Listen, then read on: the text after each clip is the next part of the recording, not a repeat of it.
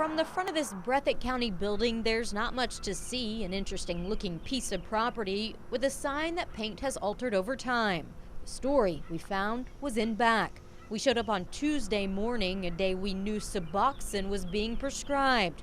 We got there at 8:45. It opened at 9. There were dozens of people waiting, car tags from Owsley, Knott, Perry, and Breathitt County. At 9 on the dot, the doors opened and we watched 29 people file in. Another dozen or so would trickle in, so we went in too. We saw at least 30 just this morning on one day. Is that normal? Well, we only do clinics 2 days a week. Dr. Pablo Merced is a family doctor and runs the St. John Newman's Medical Clinic. Police say he's been lawfully prescribing Suboxone for a little more than a year. In that time, police have responded to numerous calls to Merced's office. Dr. Merced says he prescribes Suboxone 2 days a week, including the day we showed up. It just, thorn in our side. It's become a haven for activity that's, not conducive to a good society in our community. Why don't you come in? Oh, well, thanks. Dr. Merced led us through a full waiting room to his office. So what do you want to know?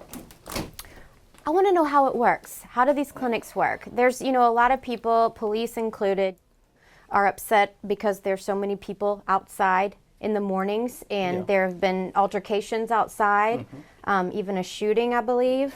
Yeah. Well, the shooting doesn't have anything to do with Suboxone. It's a domestic problem. But do you like this happening at your physician's clinic? This is not the clinic, it's outside. We can't help it. It's on your property. We cannot control what people do. It's not our job to be a security guard for a doctor's office. Chief Ken Spicer is dealing with a problem not unlike other cities and counties in Kentucky. It's just becoming an epidemic. The issue surrounds this, a treatment medication to help people stop their opiate addiction. The brand name is Suboxone, but it's really buprenorphine. It is a Schedule III narcotic, which is regulated and lawful to obtain with a prescription. We had the pill mills when OxyContin was so popular. You'd have people coming from different states, different counties, get there an hour before the clinic opened, long lines, people selling out in the parking lots, and that's what we're seeing with Suboxone.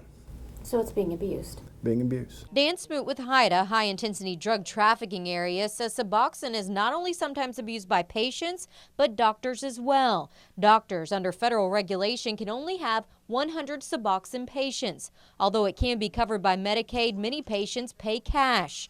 We're told by doctors that a patient may pay anywhere from $200 to $500 a month for Suboxone treatment, and the prescription can range from $200 to $400 a month depending on the dosage. You can become a millionaire almost instantly.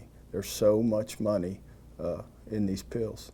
Are we headed back to pill mills? That's the concern, that the buprenorphine clinics are just becoming the pill mills of a few years ago. But there's a difference, says Dr. Mark Jurish, president-elect of the Kentucky Society of Addiction Medicine. He says the medicine isn't as highly abusable as other opiates because of its chemical makeup. It does a lot of people a lot of good. It just needs to be in hands of people who can manage this disease well. Is it a red flag to you to see a line outside of a Suboxone clinic? Yes. I would not expect to see that. For his part, Dr. Merced follows regulations like any physician's office should. He has an active medical license since 1986 and no disciplinary action, according to the Kentucky Board of Medical Licensure.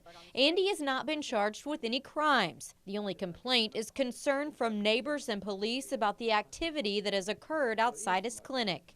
Do you understand where people come from, though, where they say, it looks bad. Why are these people lined up in the mornings? They don't, because they don't understand. They see them as drug addicts. Judy K. Spencer used to be a drug addict. She says she's overdosed 8 times.